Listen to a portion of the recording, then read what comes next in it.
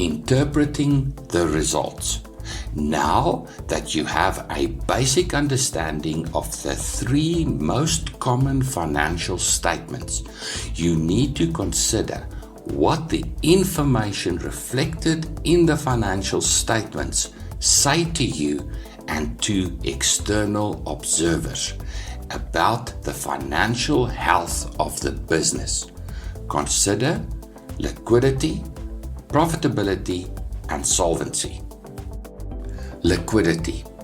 Cash is like water to your business. The most important financial statement to look at here is the cash flow statement. Funding of operational expenses. The very first thing external funders look for in the cash flow statement is the degree to which the business can fund its operational expenses or costs from cash flow. Operational costs or expenses include salaries, utilities, insurance, rent to a landlord, telephone expenses, IT-related costs, and directors' remuneration. Please note that operational costs or expenses do not relate to stock purchases, procurement costs, salespeople commissions, or trade finance costs. All of these costs fall under the cost of sales.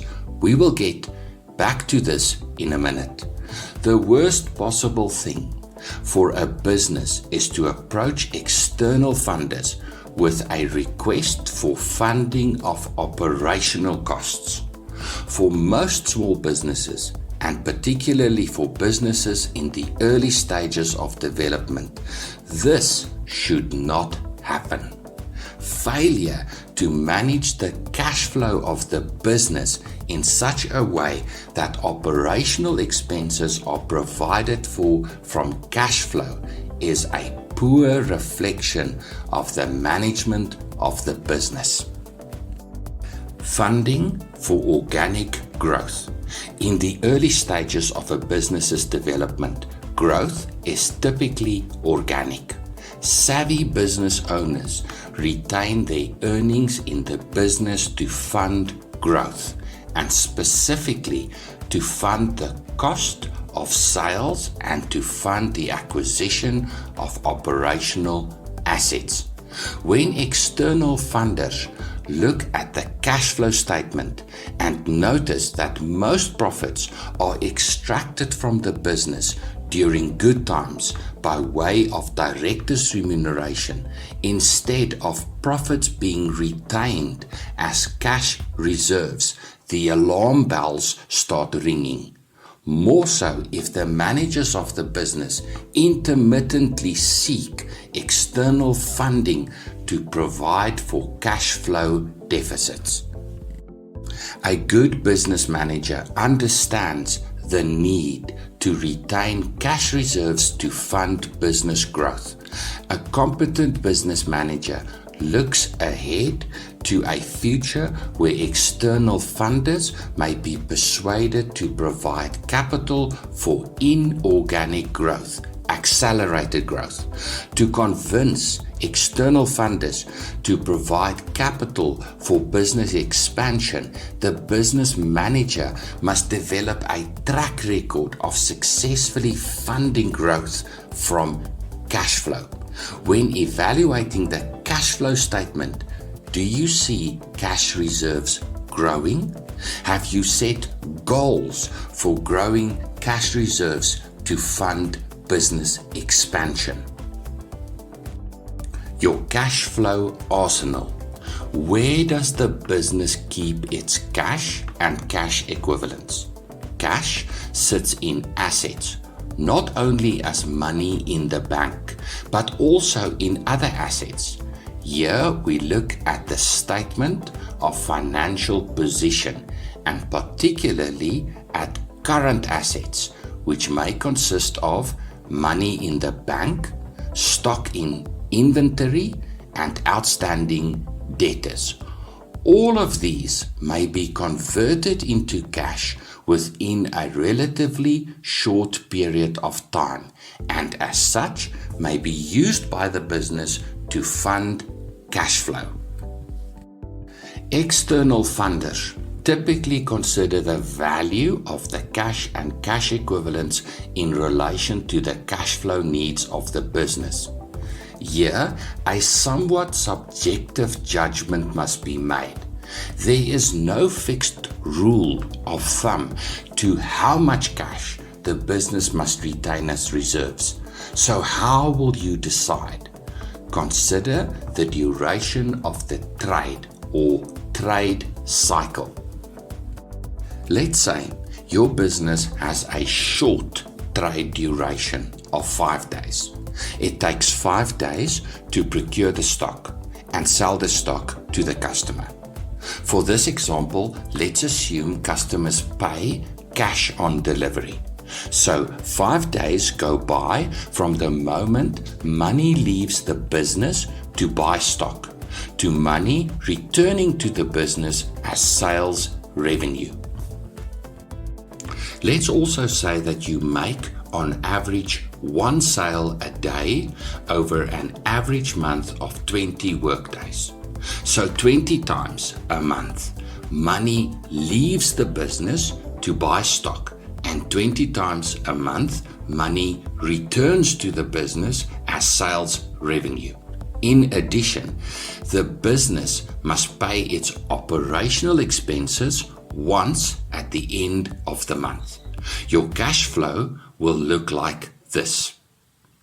In this scenario, cash and cash equivalents equal to 3 times monthly operational expenses seems like a reasonable target for cash reserves to me.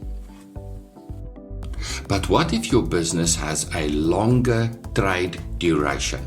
Let's say you procure stock every second month from your supplier. The stock is imported and it takes a few weeks to arrive, but the supplier insists on upfront payment. Stock lies in inventory for a few days before being delivered to customers, and your corporate customers demand 30-day payment terms. Your average trade duration amount to 90 days. Let's say over the 90-day term, you make 2 payments to suppliers. And in addition, your business must pay its month-end operational expenses 3 times. So you have 5 big cash outflows over the term. And let's say you have regular corporate customers or debtors and receive on average 4 payments from them per month. So in total, you receive 12 payments over the term. This is what your cash flow would look like. In this scenario, a minimum target for cash and cash equivalents equal to 6 months seems more appropriate to me. The nature of your business, the duration of your trade cycle, and the quality of your debtors are all factors to consider when calculating the amount of cash reserves you should aim for. Current assets mix. What proportion of your current assets comprise cash on hand, stock, and debtors? Again, there's no fixed rule here to follow, but you might ask the following questions. How long does stock lie in inventory before being shipped out to customers? Every day that stock lies passively in inventory is cash locked in a passive asset, cash that may be used to fund operations.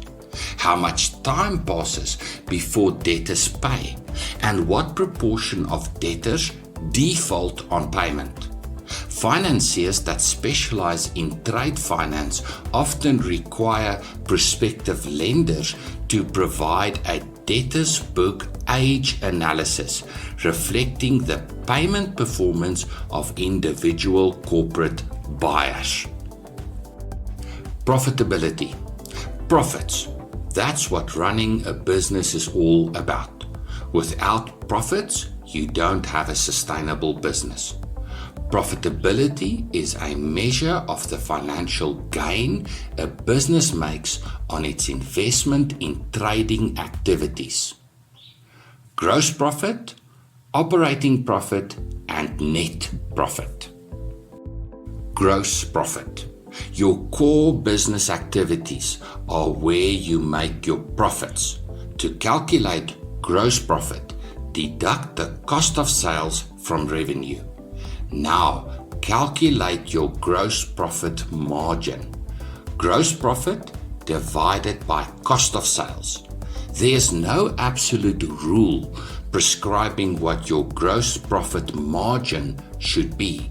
But in my experience, financiers frown on a gross profit margin of less than 30%. Operating profit.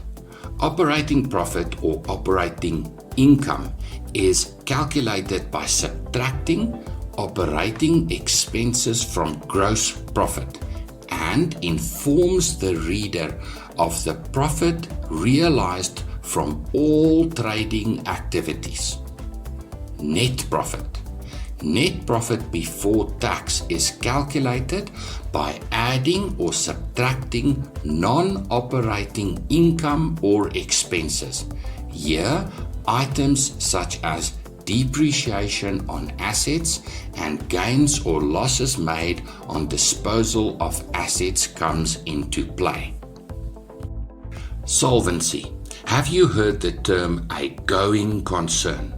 For a business to be regarded as a functioning business, assets must exceed liabilities. This is what is known as solvency. Is your business solvent?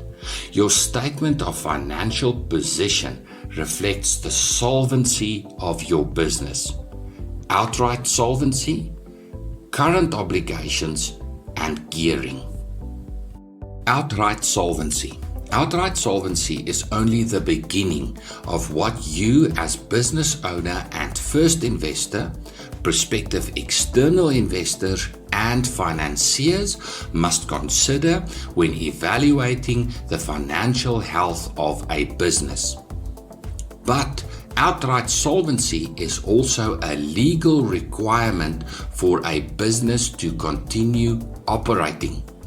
A ratio of 2 assets for every 1 liability is usually regarded as the minimum level of acceptable solvency.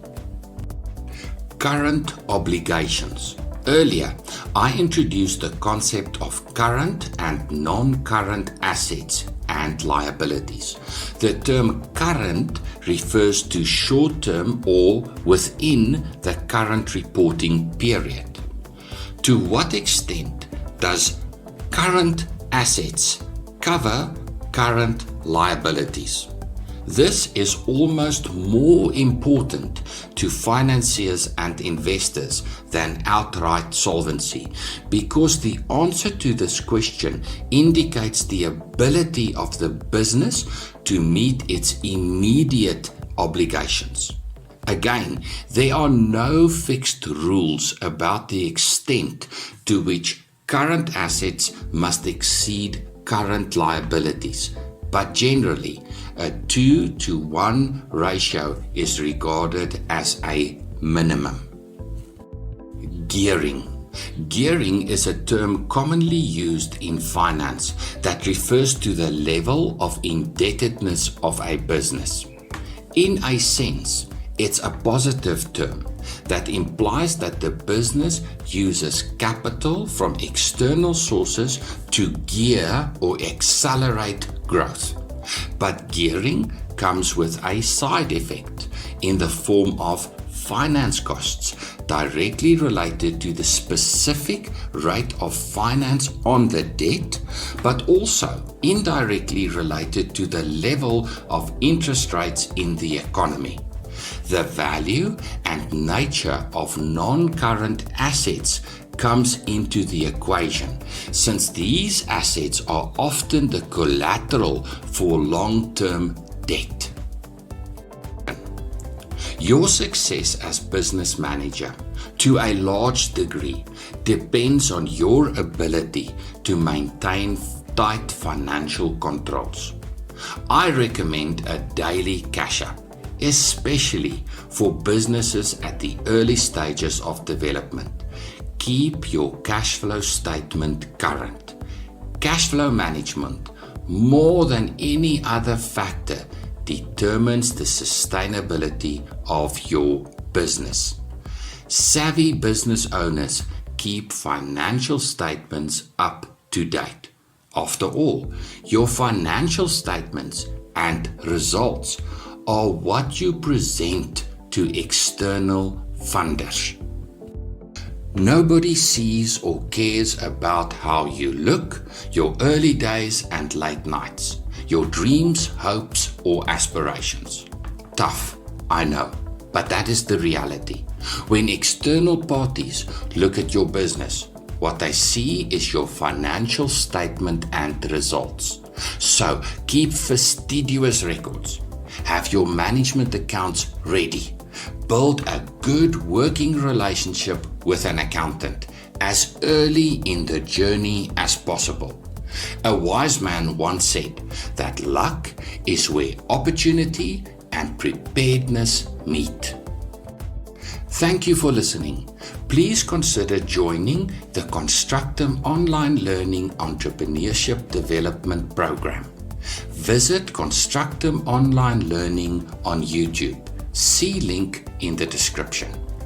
Good luck with building your business into an asset of value.